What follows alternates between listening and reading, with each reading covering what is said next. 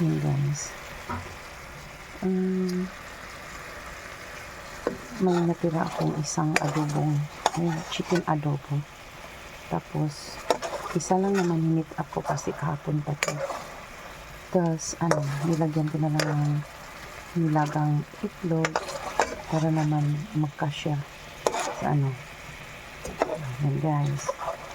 Ito lang, para-paraan lang yan. May leftover na isang adobong manok.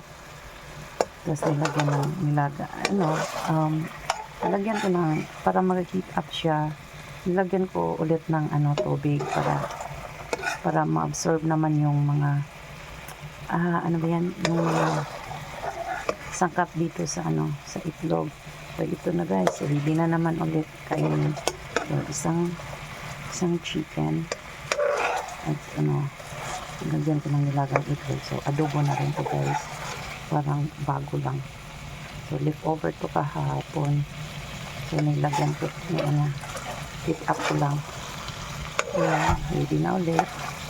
Nilagyan ko to ng konting honey para magmukhang bago at masarap naman.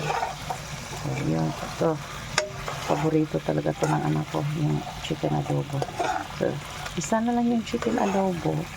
So imbis na iwan ko malamig na, so ginawa ko ulit na so ito na, ayan, ready na.